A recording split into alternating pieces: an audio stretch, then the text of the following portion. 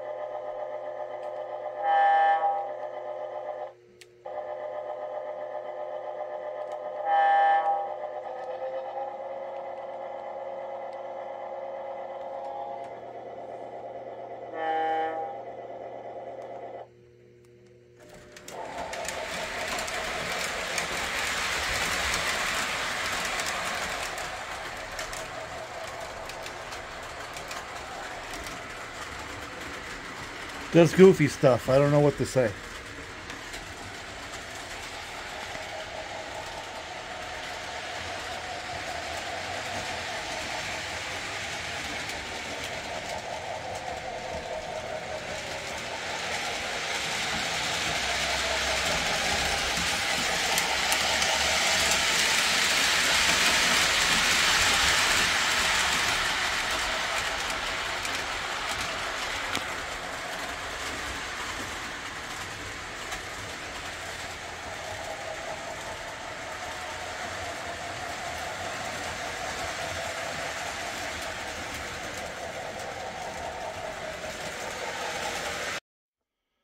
So this is that little switcher I got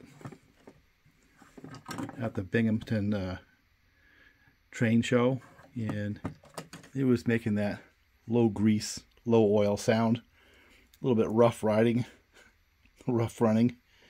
So I figured probably a good idea to pull it apart and put a little oil and grease down in there. It's really kind of a simplistic deal. You got this armature contacts, goes down inside there, and there's a pinion gear.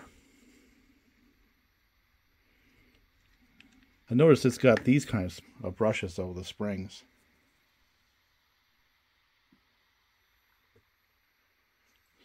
But to take it apart, it's just 2 screws. If you look at the shell, you see there's one, there's the other, and then shell comes right off, and these guys come right off with it. And 2 more screws later, and you got that top, you know, the brush plate comes right off. Very simplistic stuff. In die-cast frame, I like that. And it looks to me like a brass gear down in there. I like that instead of a plastic gear. So, I mean, this is a rugged little machine right here. And that's a 41. Now the history of these things is funny because they're actually gas turbine powered switchers. I can't imagine what that thing would have sounded like a big giant vacuum cleaner or something. And I'm still struggling with this. You know, it's kind of like the low-end Lionel. It's supposed to be an Atlantic, but as I had said in one of my earlier videos, this one has a New York Central tender, and I can't find one Atlantic in the New York Central inventory that had one of those goofy things on top. So I had bought what I thought was a used shell to modify. It's a heavy die-cast thing. It's made in Macau, but it's brand new. So that one's brand new. Only spent like 15 bucks on that thing. So I'm probably just going to die grind that right off and put some paint on it and see if I can make it look more like an Atlantic. And the other thing I was thinking of doing was having a little taller smokestack there. The problem is those were taller too. So I don't know. Maybe I'll just start with this, see how I like it, run it like that for a little bit, and move on. The Atlantics were the passenger engines of the early 1900s. This is a more modern looking shell, so I've got to endeavor to make it look older. So not necessarily something that has any roots in true history. Yeah, and then a couple of dirty Q-tips later, got some grease on the inside there, and we'll set this together and see if I can't make it run. I'll probably test running before I put the body back on.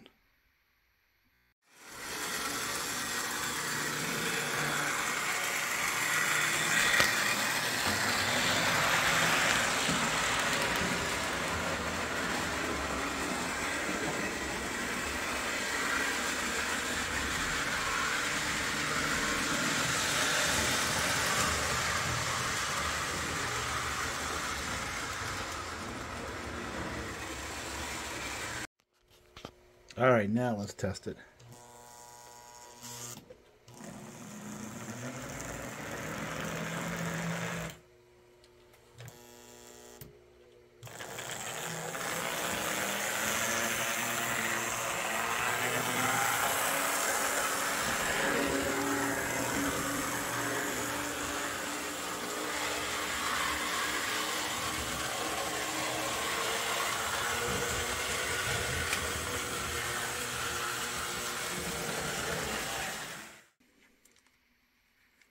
No, there it is. There it is. So we just set the body down. Now, see this guy right here? It's got to go through that slot.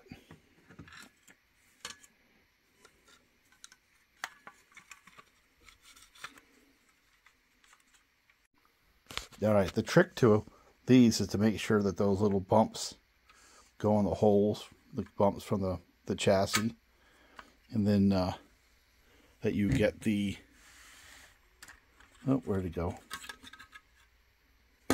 This guy here has got to go through the side of the housing there.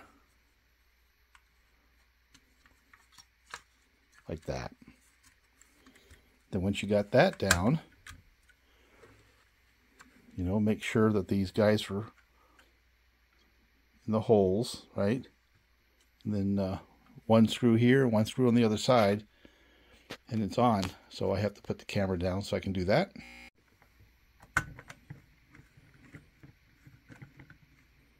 Just make those firm. You don't have to go crazy with them. Then we'll go back and test it and see if it works.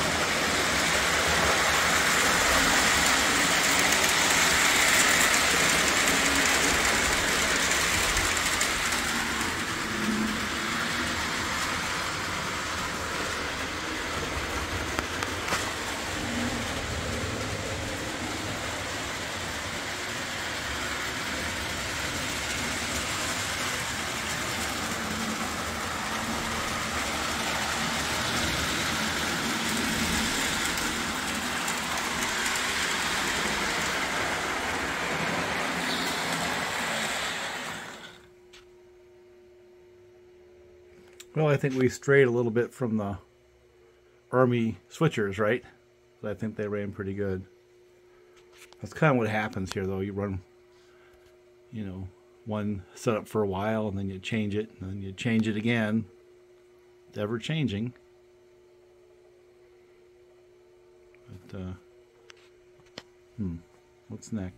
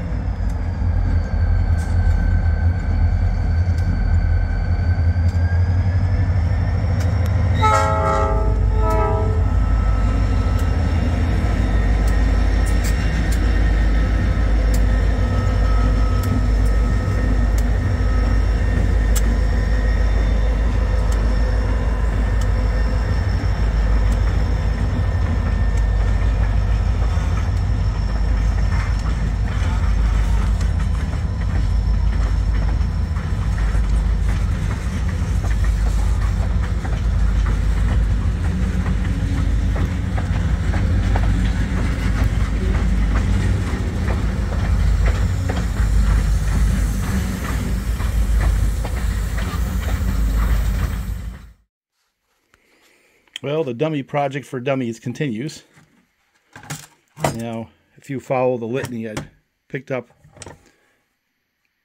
this Union Pacific as a powered locomotive at the Binghamton train show, and promptly pulled the shell off and put it on the dummy, because I had gotten this dummy from Train Z online for like, I don't know, 70 bucks. Found that it had just one powered truck, just this one right here. This one's not. Plus it's got plastic side frames and stuff like that. So I took the Pennsylvania body that was on here originally and put it on the chassis that had this Union Pacific, which was actually a nice chassis, right? I still have some color scheme things to work with. And started hunting online for another body, and I got this one for cheap. I need a horn for it. A couple other things, but for dummy purposes on my ragtag railroad outfit, it'll be just fine. So what I'm going to do now is just put this body on the dummy chassis, which has one powered motor with virtually no traction. You know, it can hardly pull itself around the course. And its job is to sit behind the powered Pennsylvania SD45 and look nice. Yeah, and just like that, 4 screws later, it's back to being a Pennsylvania SD45, and I have to go back and take these little metal rails and stick them back in their holes. But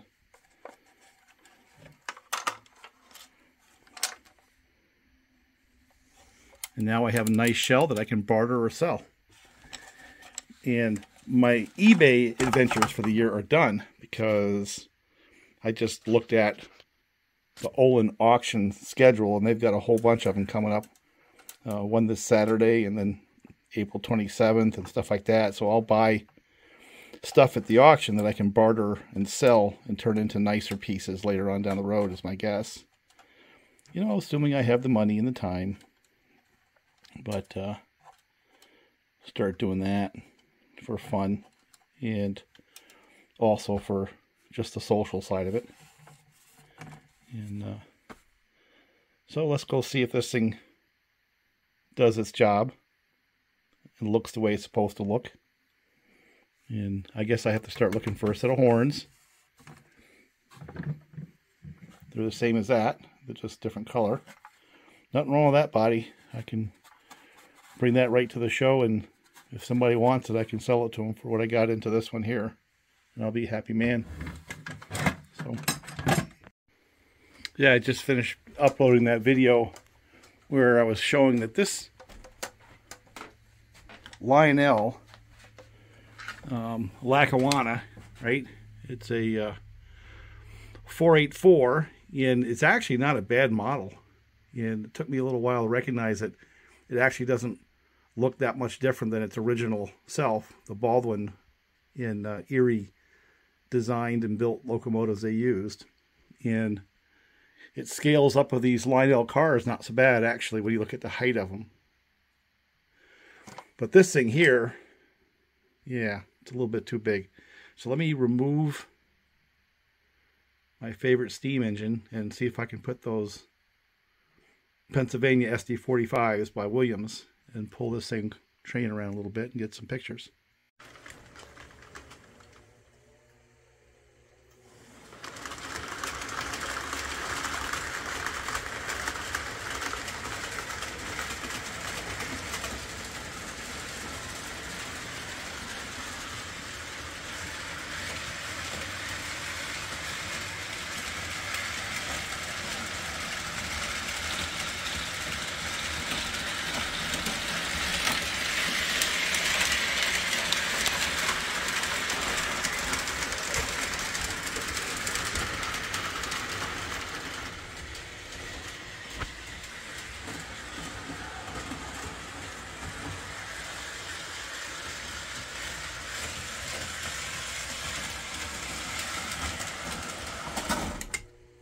That didn't work. So now I got to figure out what's going on the track.